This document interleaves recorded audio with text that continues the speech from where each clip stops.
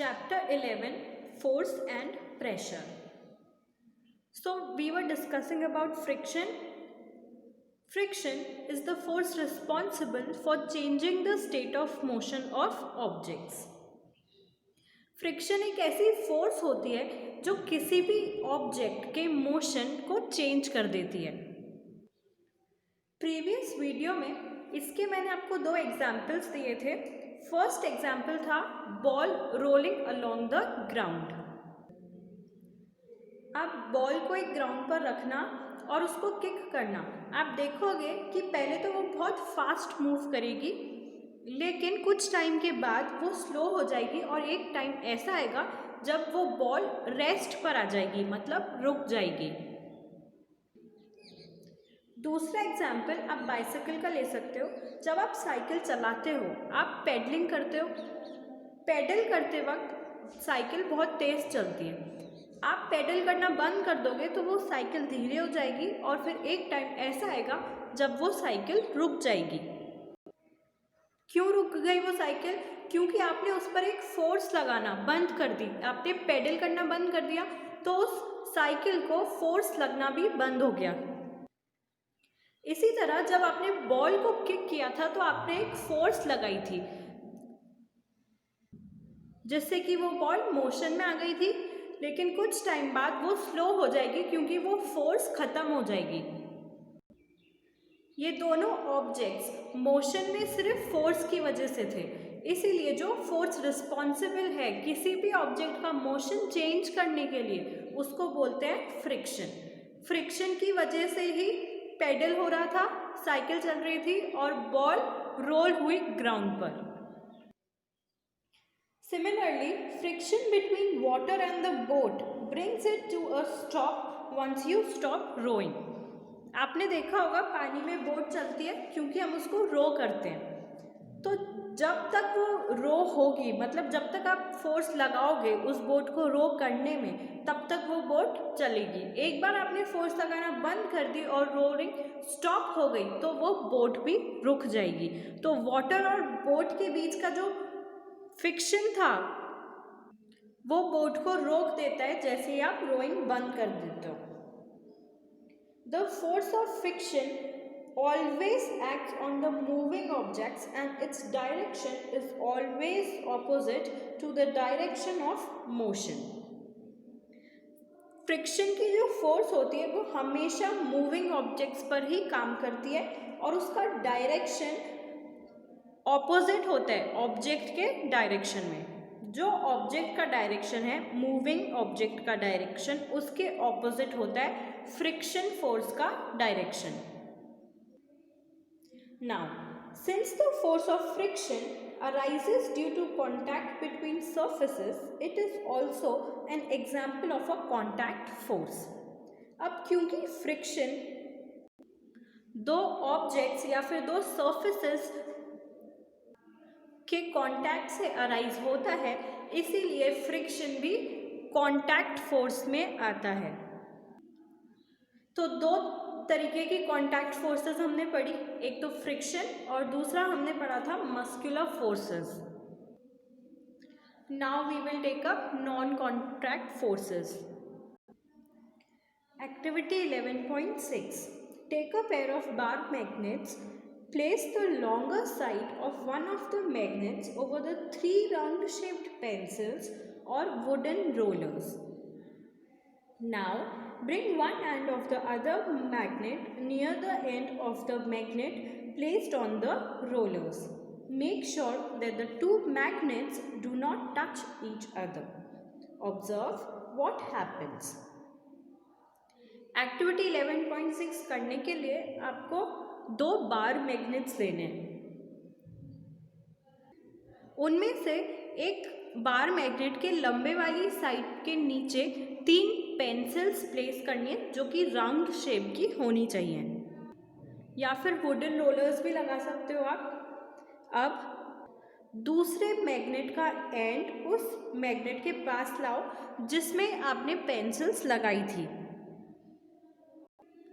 लेकिन आपको ये ध्यान रखना है कि वो दोनों मैग्नेट्स एक दूसरे को टच नहीं करने चाहिए। थोड़ी सी दूर होने चाहिए, थोड़ा सा डिस्टेंस होना चाहिए उन दोनों के बीच में। इसके बाद जिस मैग्नेट पे आपने पेंसिल्स लगाई हैं उसको तो वैसे ही रहने देना है। जो दूसरा मैग्नेट है उसका ऑपोजिट साइड अब आपको मैग्नेट के सामने लेकर आना है। You will observe that like poles of two magnets repel each other and the unlike poles attract each other. जो सेम पोल्स होंगे दोनों मैग्नेट्स के वो तो एक दूसरे को रिपेल करेंगे और जो अनलाइक पोल्स होंगे वो एक दूसरे को अट्रैक्ट करेंगे यानी पास पास में आएंगे। Attraction or repulsion between objects can also be seen as another form of pull or pull. Attraction और repulsion को हम pull और push का दूसरा फॉर्म भी बोल सकते हैं। Do you have to bring the magnets in contact for observing the force between them? आपको याद है इस एक्टिविटीज़ में हमने उन दोनों मैग्नेट्स को टच नहीं कराया था, थोड़ा डिस्टेंस पे रखा था, थोड़ा दूर थे वो मैग्नेट्स, तो उन दोनों मैग्नेट्स के बीच में कांटेक्ट नहीं था। A magnet can exert a force on another magnet without being in contact. वो दोनों मैग्नेट्स कांटेक्ट में नहीं थे, फिर भी उन दोनों मैग्नेट्स के बीच में एक फोर्स थी। The force exerted by a magnet is an example of a non-contact force. अब क्योंकि उन दोनों मैग्नेट्स के बीच की फोर्स के लिए कांटेक्ट की ज़रूरत नहीं थी, इसीलिए ये एक नॉन कांटेक्ट फोर्स का एग्जाम्पल है। Another important topic is electrostatic force. Activity 11.7. Take a plastic straw and cut it into nearly 2 equal pieces. Suspend one of the pieces from the edge of a table with the help of a piece of a thread. Now, hold the other piece of straw in your hand and rub its free end with a piece of paper. Bring the rubbed end of the straw near the suspended straw. Electrostatic force को समझने के लिए आपको एक activity perform करनी है। इसमें आपको एक स्ट्रॉ लेनी है, उसके 2 इक्वल पार्ट्स करने हैं। उसके 2 इक्वल पार्ट्स करने के बाद आपको वो स्ट्रॉ एक थ्रेड की हेल्प से एक टेबल पर हैंग करनी है।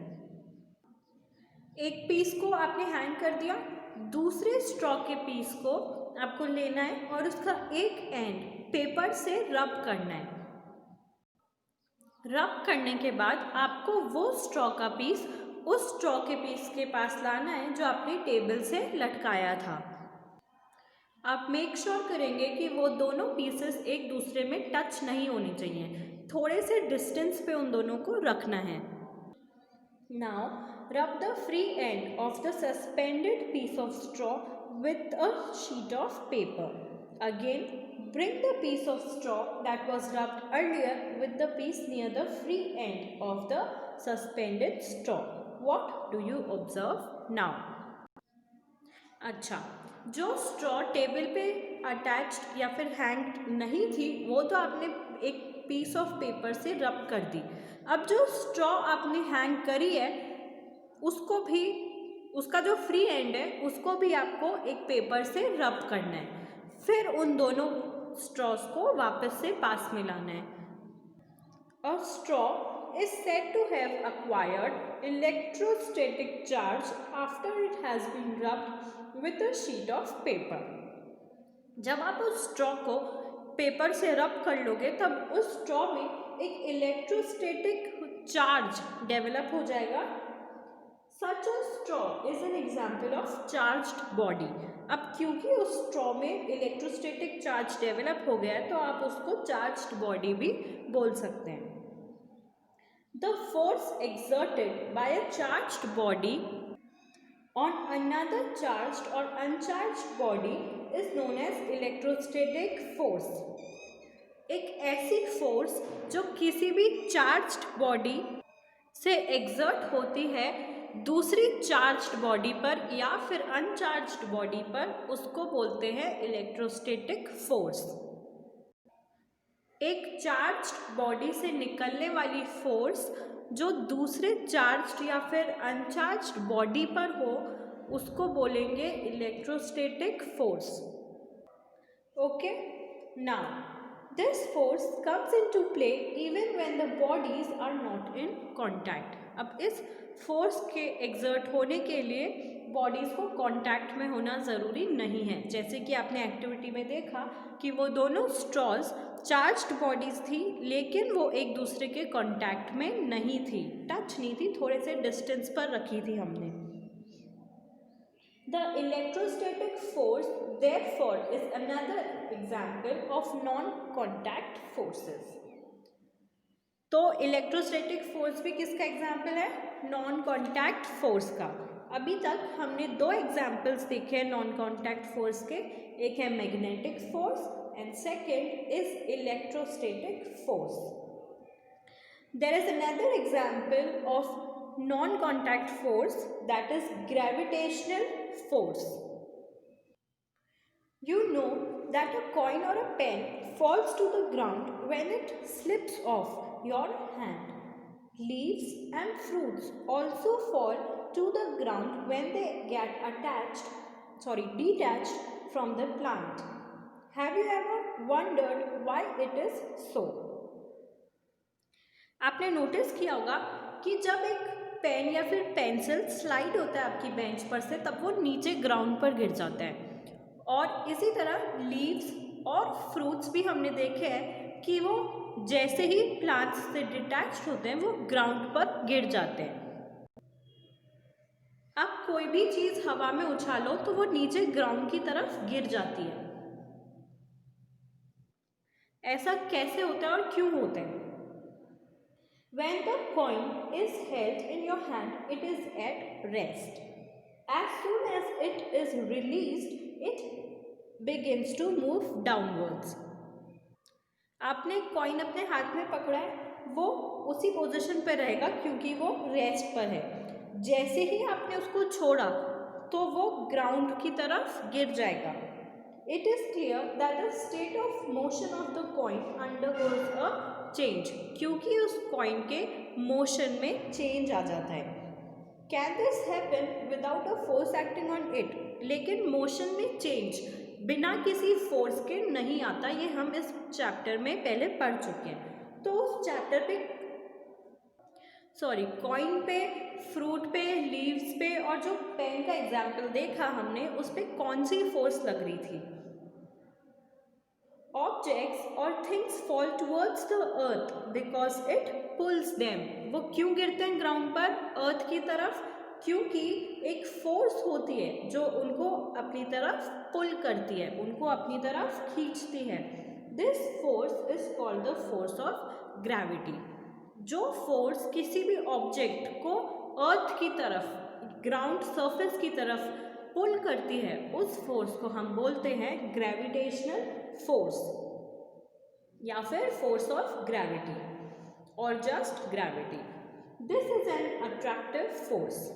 This force of gravity acts on all objects.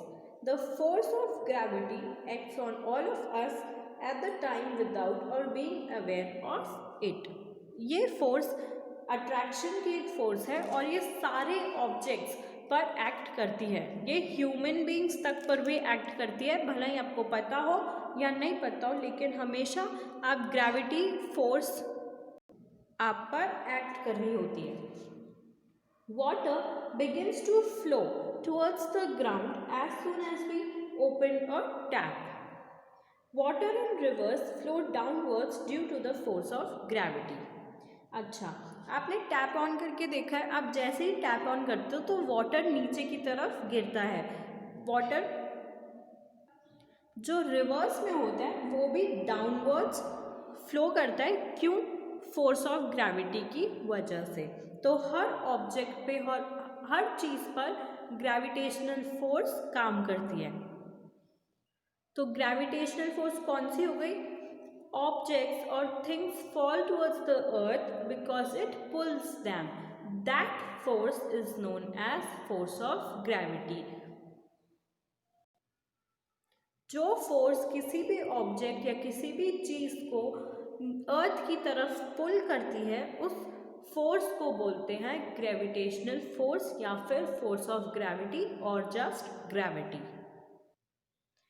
With this, we are done with all contact forces and non-contact forces. In the next video, we will take up pressure.